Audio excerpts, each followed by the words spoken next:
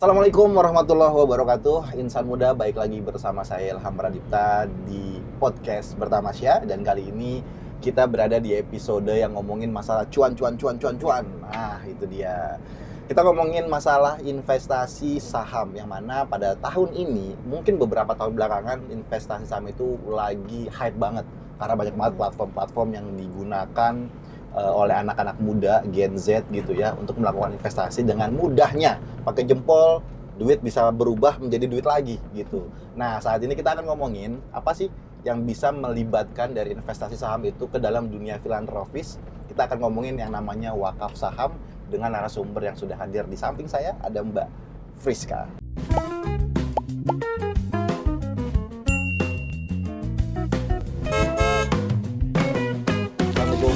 Waalaikumsalam, Mas Sehat, Mbak, ya? Ilham. Alhamdulillah Luar sehat. biasa. Jadi udah berapa cuan yang Mbak dapatkan? Rahasia ya kalau nominal ya. Saham itu menarik ya Mbak ya, ini luar biasa nih Mbak Friska. Ini buat insan muda yang belum tahu, Mbak Friska ini dari 2014 Iya. itu ngebangun sebuah platform yang bernama Ngerti Saham. Iya, Ya, ngerti bener ya, saham di sampai Instagram sekarang. @ngerti saham sampai sekarang itu udah 10 tahun, 1 dekade. Iya sih, nggak Bener berasa ya, Nggak bener berasa ya. 10 tahun. Dan sekarang tadi saya terakhir ngelihat udah berapa juta Mbak followernya Mbak? 1,4. 1,4 Alhamdulillah. juta. Luar biasa. Dan buat yang belum follow, bisa follow Instagram Ngerti Saham. Jadi nanti insan muda bisa belajar gimana caranya bisa investasi di saham, gimana caranya bisa membiarkan uang itu bekerja, kalau nggak Iya, salah ya, bahasanya benar. seperti itu Mbak Friska ya. Tapi sebelum kita mulai nih Mbak, pembahasan yang Iya. semakin daging nih kalau Bahasa Gen Z banget ya. bahasa Gen Z banget. Ada geng. Bahasa daging. Oke. Saya ada 3 pertanyaan seperti biasa Oke. yang harus dijawab sama. Jangan sulit-sulit ya. Tidak sulit, Mbak. Pilihan aja. Oh, pilihan aja, oke. Yang pertama nih Mbak, blockchain atau saham? Saham. Oke. Investasi emas atau investasi saham? Saham. Saham lagi. Saham. Yang terakhir, Apa nih? pertanyaan yang ketiga nih Mbak. Ya. Lebih milih ngebangun perorangan atau komunitas? Komunitas. Komunitas. Iya. Wah, ini luar biasa. Yang pertama dulu kalau gitu. Ini Oh, ini ada breakdown-nya lagi ya? iya dong. Iya dong. Oke. Jadi dibuat menyambung cerita aja Oke, nih. siap.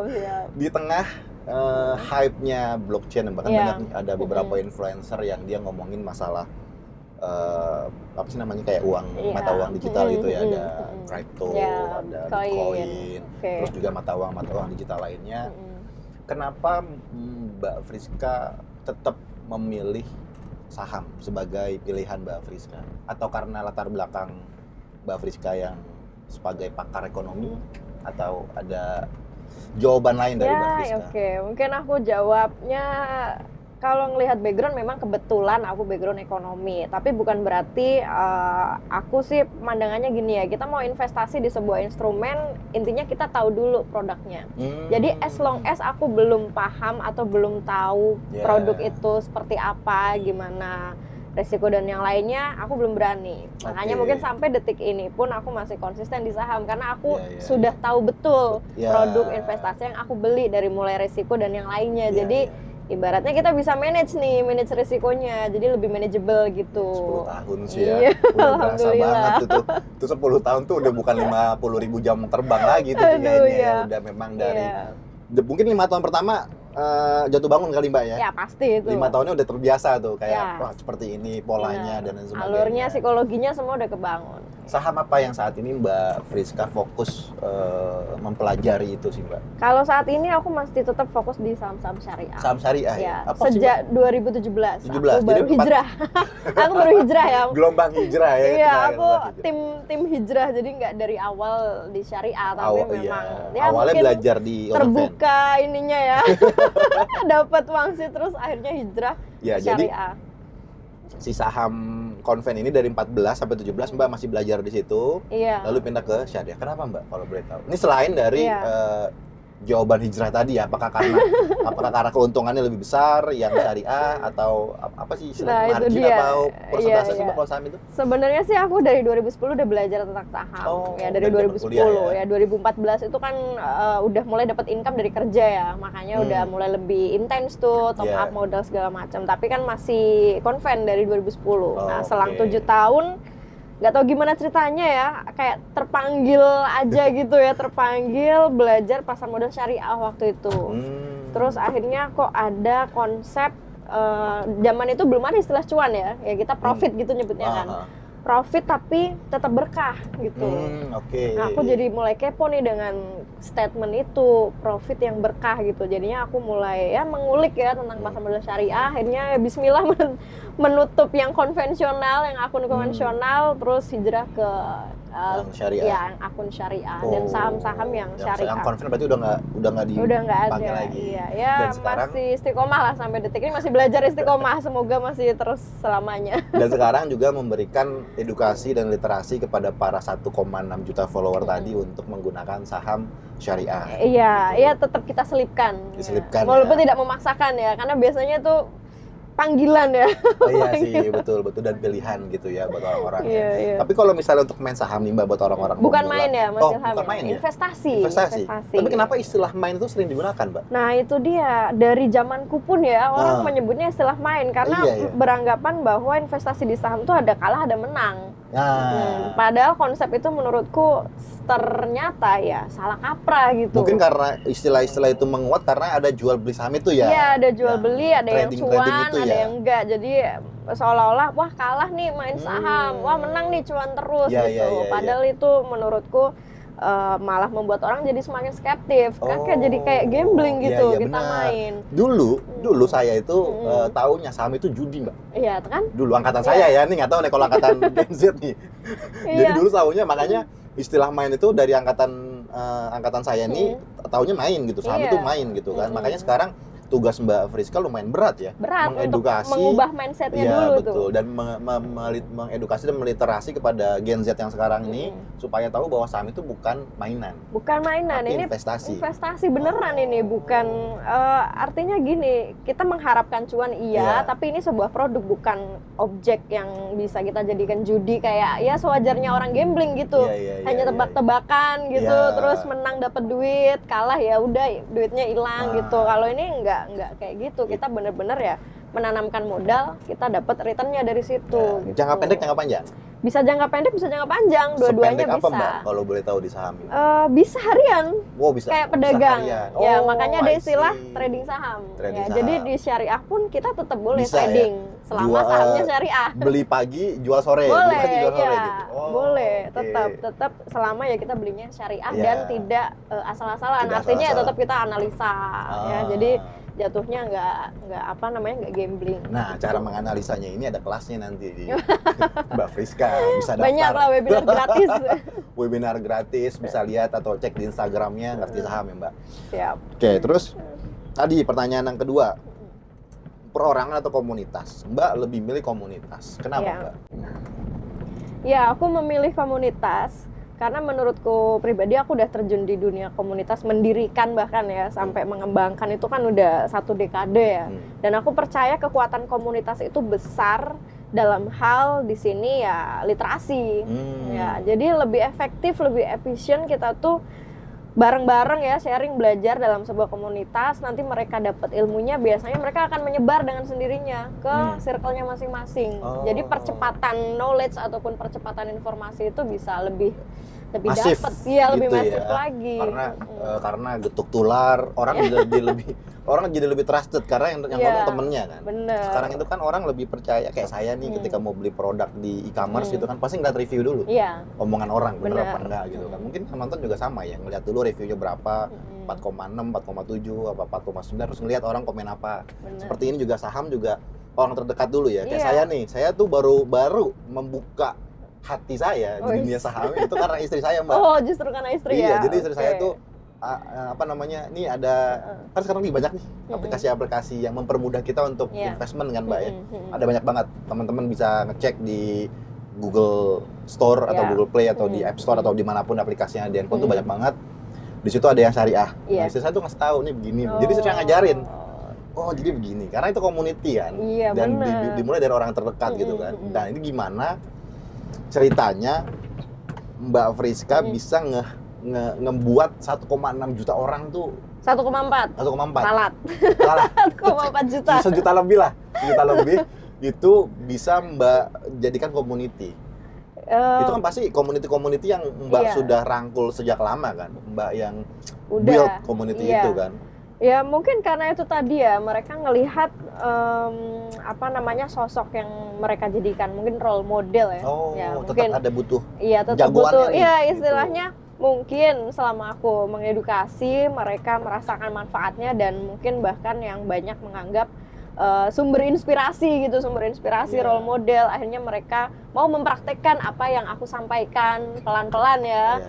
Trial and error. Nah, semakin banyak yang menerima kebermanfaatan itu, akhirnya mungkin seiring itu komunitasnya membesar gitu. Karena dari word of mouth ya. Iya, Dari iya, omongan iya. ke omongan, wah ini nih Testimoni. aku iya mungkin banyak belajar dari Mbak Friska ngerti saham gini-gini. Akhirnya orang pada follow, gabung, kalau ada inkopdar pada ikut rame-rame. Jadi dari situ sepertinya sih kalau aku lihat. Sebentar nih Mbak Friska, ini kan anak-anak Gen Z ini terinfluence itu kalau melihat influencernya ini open bill. Open dapet bill. Dari saham ini gue dapat duit sekian juta loh. Nah, Iya, apakah Mbak iya. Friska melakukan hal yang sama Nah, seperti itu atau Uniknya, Heeh. aku nggak pernah melakukan hal itu. Sama Aku nggak sekali? pernah open bill. sama sekali nggak Sama pernah? sekali nggak pernah. Jadi penghasilan Mbak dari saham Mbak dapat Nggak berapa pernah. gitu? Orang nggak ada yang tahu berapa sampai detailnya Nggak kayak ada. yang sekarang flexing banyak kan Iya, ya. iya, Aku iya, sama iya. sekali nggak pernah. Jadi aku pure membesarkan komunitas ini memang based on pengalamanku dan mungkin Lebih ke cara ilmu. ya ke ilmu dan mungkin style ya, gaya Hmm. masing-masing kan punya ini ya style literasinya. Jadi mungkin dari situ aja aku ngajak Oh, mereka. berarti hebat. Lebih heart to heart. Berarti hebat. Karena Lebih setiap hebat orang tuh. itu untuk melakukan sesuatu pasti diawali Iya, dengan flexing, benar, keirian. iya. Jadi kayak envy ngelihat, kok dia bisa, masa gue nggak bisa gitu. Iya. Kan. Dan beberapa influencer juga ada kan yang dia invest di instrumen saham tertentu dan dia menginformasikan gue hidup dari investasi saham aja nih.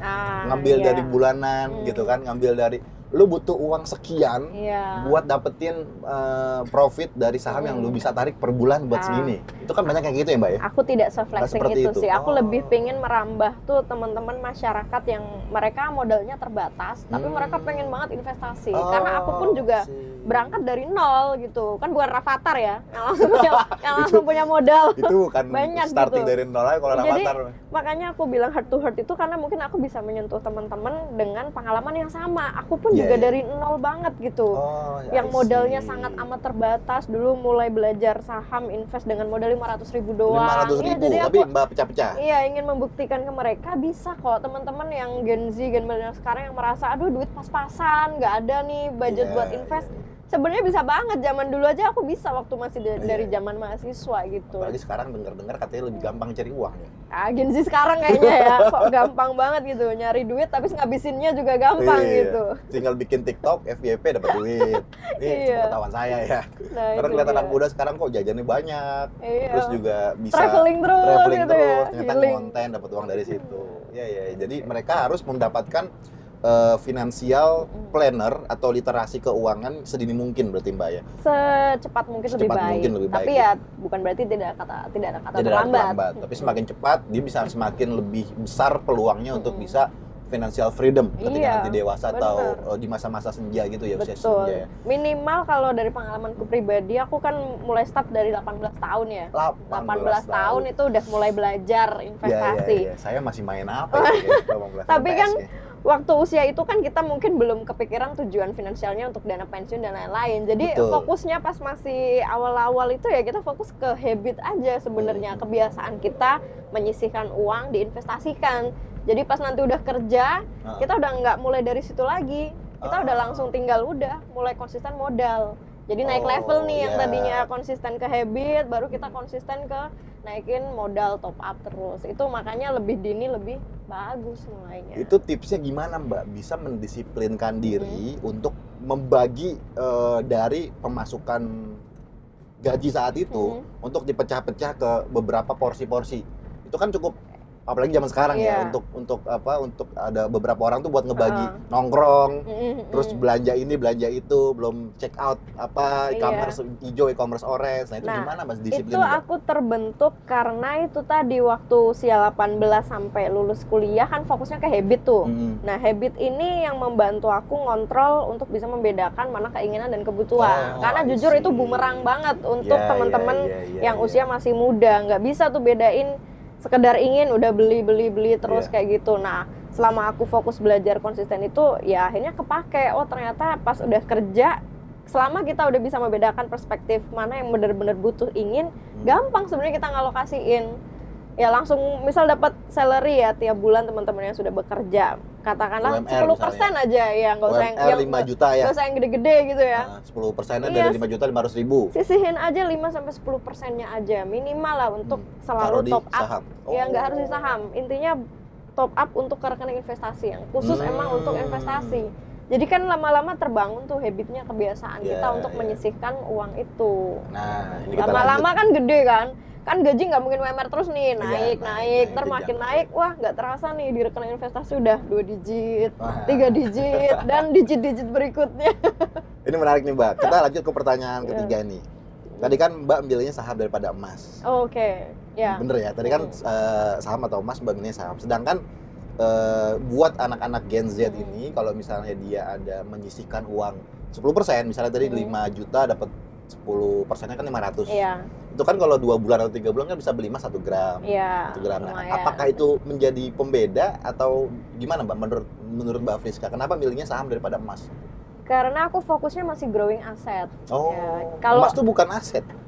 Aset tapi dia lebih ke safe haven ya. Jadi dia menjaga nilai uang kita kan. Tapi kalau kita misal di usia pensiun kita aja masih jauh, fokus kita kan pasti untuk growing aset kita ya, untuk menumbuhkan aset kita. Nah, saham itu kan salah satu instrumen yang menurutku dalam jangka panjang itu bisa bantu growth-nya lebih cepat gitu. Lebih cepat dibandingkan investasi emas ya. Makanya proporsinya lebih banyak di saham. Aku ada emas tapi mungkin ya kecil lah proporsinya gitu. Jadi lebih banyak ketika kita mungkin asetnya udah sampai level tertentu, udah settle ya, mungkin udah passive income-nya udah cukup membiayai kehidupan sehari-hari, emas mungkin akan jadi pilihan prioritas gitu. Jadi kita bedakan dulu nih saat ini fokus kita growing aset atau sebatas untuk mengamankan nilai uang kita aja gitu. Level tertentu itu akan memiliki atau setiap orang tuh beda-beda ya Mbak? Iya benar. Saya mungkin level tertentu di growing asetnya itu berapa, Mbak berapa? Proporsinya pasti beda-beda. Kadang mengikuti profil risiko kita sih. Kan ada juga yang takut di saham kayak itu gitu cara kan. mengetahui profil risiko itu gimana tuh Mbak? Nah cara ngetahuinya dulu aku sebenarnya coba-coba ya. Di saham pun kan dulu aku awalnya kan ya cobain dulu. Kalau kita tipe yang mungkin lebih suka yang low risk kayak gitu ya pasti kebanyakan milih yang ke emas atau mungkin ke obligasi, suku ya atau reksadana. Tapi mungkin tipe yang kayak aku yang masih agresif ya, wah pengen growing aset pokoknya sebisa mungkin, secepat mungkin. Ya aku cocok di saham gitu. Jadi kadang profil risiko kita tuh menentukan ya seberapa besar nih porsi kita di masing-masing instrumen gitu. Saya kayaknya harus ikut webinarnya Waduh. Mbak Friska lagi nih. Sering-sering lah ikut nanti. Karena ini nggak akan cukup cuma 1 episode gitu ya. Ini harus panjang pembahasannya. Atau nanti mungkin ada program khusus yang bisa dibuat bareng sama Mbak Friska. Sequel ya, bikin sequel ya. Itu dia, bikin series. Karena biar literasi saham ini itu bisa meluas. Betul. At least dari 1,6 juta bisa nambah 0,1 lah. Amin. Jadi 16 juta gitu. Karena setelah ini kita mau ngomongin masalah wakaf saham nih, Mbak Friska. Apa yang disebut dengan wakaf saham? Apakah saham itu bisa diwakafkan? Ya, ini sebenarnya kan baru ya. Bahkan aku yakin Gen Z pun kayaknya nyaris ya banyak yang belum tahu lah, aku yakin. Aku pribadi juga baru tahu kan wakaf saham itu kan lahir kalau nggak salah 2017. Ya, pas banget aku hijrah. Ya pas banget aku hijrah, waktu itu aku sempat dengar tentang wakaf saham. Tapi kok yang menariknya itu penggabungan ya konsep filantropi dalam Islam dipadukan dengan pasar modal syariah khususnya ya, pasar modal syariah. Jadilah ini wakaf saham. Jadi kita tetap berinvestasi tapi aset yang kita punya nih saham dalam bentuk saham bisa kita wakafkan, termasuk juga returnnya, capital gain Oke. ataupun dividennya gitu bisa Karena kan- diwakafkan. Karena kan mungkin saya pribadi atau yang nonton juga mungkin taunya wakaf itu ya tanah. Iya, yang besar-besar Yang duitnya lah gitu pokoknya duitnya, kan. gitu kan. Gengsi nggak mungkin dong kita mau wakaf tanah, wah duit dari Nah, mana duit nih dari dikit-dikit mana? ngeluh Mendingan- gitu ya. mendingan buat makan sehari-hari misalnya. Makanya, gitu. jadi Iya. Wakaf saham ini menurutku memang ya untuk kita yang pengen bersedekah berfilantropi ya, tapi mungkin terbatas Iya. modalnya, tapi kita punyanya saham ya udah diwakafin Berarti aja. artinya Mbak Friska, jika ada orang atau ada insan muda yang mewakafkan saat ini misalnya atau wakaf saham 100.000, Heeh, itu bisa berkembang berpuluh-puluh kali lipat di kemudian hari. bisa Dan pastinya. namanya wakaf kan itu Iya. Produktif ya. Nah, dan ini di Amalnya nggak aset putus yang kan? bergerak. Nah, ini Ya. di aset yang bergerak. Mm-mm. Wah, luar biasa. Karena biasanya kan kalau ada orang wakaf mobil ambulan misalnya, Ya, itu kan ada masa berlakunya Ya, mobil kan, bener, mungkin 5 tahun, 10 tahun atau mobilnya rusak udah nggak bisa dipakai. Tapi kalau Bener. wakaf saham saham ngalir terus. ngalir terus. Selama sahamnya masih eksis, masih Iya, diperjualbelikan di Bursa di Efek Bursa Efek Indonesia, ya masih akan terus berjalan. Jadi benefitnya buat si yang mewakafkan saham ini, termasuk buat para penerima manfaatnya juga berkelanjutan, panjang. Berkelanjutan. Ya harapannya kan wakaf saham ini lebih sustain ya, lebih Ya, sustainable ya, karena kan asetnya bergerak Dan growing. dan growing. Yang Harapannya tadinya- kan di saham itu kan jangka panjang Iya. akan growing ya. Nah, Itu starting dari berapa Mbak kalau untuk orang-orang yang sebenarnya mirip-mirip pengen saham aja ya, pengen ya, saham gitu, satu investasi lot saham. aja kan bisa. Satu lot itu kan Iya, mungkin balik lagi ke Balik tergantung lagi si ke harga perusahaannya sahamnya kan. ya. Makanya jadi saya punya nih saham syariah ABC. Saya pengen wakafin satu lot. Boleh lah gitu. Misal tiap bulan pengen rutin gitu wakafin satu lot ya. Ya boleh, nggak apa-apa. Itu Jadi nanti dari cuannya makin berkah insya Nah, Allah. iya. Jadi misalnya dia punya beberapa lot saham, Iya. ada 10, satunya mau diwakafin bisa. Iya, bisa banget. Masya Allah, Jadi- luar biasa, keren banget ya. Udah keren jadi investor saham syariah, makin keren berwakaf Berwakaf. saham gitu. Jadi tanpa harus punya uang banyak ya untuk berwakaf. Iya. Teman-teman Gen Z sekarang asal punya saham di portonya saham syariah bisa diwakafkan. Karena tuh saya sering ngelihat beberapa konten, Mbak, bukan konten sih bener ya, kayak berita atau artikel Iya. gitu ya, yang dia tuh dari dulu udah naruh saham cuman saya lupa 5 juta apa berapa, Oke. tahu jadi tahun sekarang tuh jadi miliaran Wah, bertumbuh. nilainya gitu. Iya. Makanya berarti bisa seperti itu kan? Bisa sekali. Luar biasa ya, dan itu manfaatnya bisa lebih luas. Lebih luas dan lebih Apalagi- sustain kan. Apalagi ditambah community tadi. Iya, Jadi kekuatan bisa- komunitas itu. Itu dia. Jadi bisa bareng-bareng. Wakaf itu kan juga bisa jalan karena bersama-sama Iya, ya. bayangin kalau jumlah investor syariah kan semakin banyak, masing-masing berwakaf satu lot aja misal tiap bulan, terkumpul berapa banyak lot saham itu. Jadi di Saya- masa depan aku yakin sih semakin harusnya ya, semoga sih semakin banyak Gen Z yang pengen berwakaf tapi terkendala mungkin budget, ya udah kita wakafin saham aja. 1 juta follower Mbak Friska melakukan Wah, wakaf satu lot ya. 100.000 aja misalnya. Itu udah berapa triliun Iya, tuh. makanya kan harapannya semoga di masa depan ke arah sana. Amin. Sekarang mungkin kan masih berkembang terus nih ya. Iya, betul. Kita kan juga masih ngelihat mungkin nanti ada teknologi apa Iya. yang mendukung si wakaf saham seperti ini, terus juga nanti Betul. ada program apa, ada perusahaan apa yang bisa mendukung wakaf Betul. saham ini dan lain sebagainya. Mungkin ada ilmu-ilmu, kan ini juga ilmu yang berkembang ya Mbak ya. Iya, dan ini Saham ini belum kan. banyak yang tahu ya. Apalagi Oh. Gen Z, aku yakin kayaknya belum banyak yang tahu tentang wakaf saham. Iya, Makanya iya, ya, iya. alhamdulillah aku diberi amanah ya sama Allah, dikasih follower sebanyak itu ya. Iya. Pengennya bisa dimanfaatkan untuk yang memang untuk jalan Wah, yang Masya Allah. baik juga. Luar biasa, luar biasa. Ya Mbak ngajak Friska. orang cuan dan investasi akhirat. Iya, cuan dan berkah ya, Iya. luar biasa ya, Masya Allah ya. Dan teman-teman insan muda, kalau misalnya pengen tahu belajar saham lebih lanjut nih, saya nggak bosen-bosen buat ngingetin, follow Instagramnya Ngerti Saham, atau bisa follow juga Instagramnya Mbak Friska. Boleh. Namanya apa, Mbak?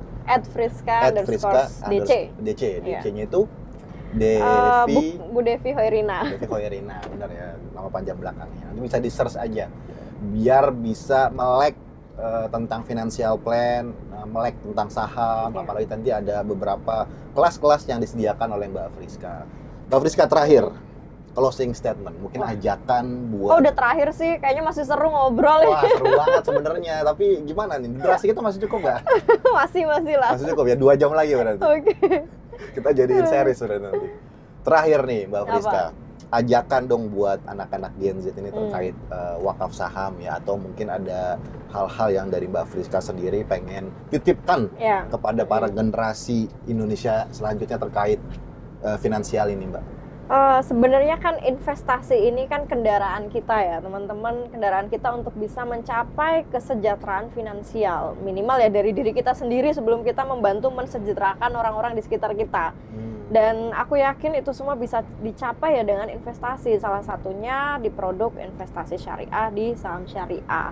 Dan untuk kita yang khususnya umat muslim yang pengen tetap investasi akhirat ya, tapi modelnya terbatas selain dengan bersedekah, tapi kita juga selaku investor saham ya tidak ada salahnya ya kita nyoba mungkin mulai kerasain berwakaf saham. Minimal dengan 1 lot aja kita udah bisa berwakaf saham. Jadi ya kita tetap cuan duniawi ya, akhirat pun insya Allah juga cuan ya. Amin. Amin, amin. Luar biasa Mbak Friska. Terima kasih atas waktunya Mbak Friska sudah sharing Sama-sama, Mas berbagi-bagi. Ilham. At least buat saya pribadi mendapatkan insight baru terkait saham. Jadi ini buat menguatkan Ya. fundamental saya setelah ditambah istri, Nah, ini ditambah ahlinya lagi. siapa tahu mau jadi investor saham juga kan abis ini. Iya, jadi ikutan. Kan saya udah DP istri, nanti saya Oh, buka ya. lagi berarti. Saya buka lagi sendiri kayaknya. Itu ini banget ya, life goalnya pasangan suami istri banget itu. Iya. Jadi biar nanti ketika udah tua tuh tidak merepotkan anak-anak. Iya, jangan Salah sampai satu jadi plannya- sandwich generation Nah, ya. jadi anak-anak saya tuh udah bebas mau buka Iya, usaha apapun, kan. nggak perlu khawatir. Lagi pula kalau dalam agama kita kan jangan meninggalkan keturunan kita dalam kondisi yang lemah. Nah, itu Tujuan dia, kita betul. investasi sebenarnya ke situ juga. Luar biasa. Saya akan ikut kelasnya Mbak Friska nanti di Ngerti Saham. Terima kasih atas Siap. waktunya Mbak Friska. Buat insan Sama-sama, muda Mas juga Ilham. jangan lupa buat subscribe channel YouTube ini dan juga follow Instagramnya biar kalian tidak ketinggalan episode-episode berikutnya nggak kalah serunya. Sampai Siap. jumpa di video selanjutnya. Assalamualaikum warahmatullahi wabarakatuh. Waalaikumsalam.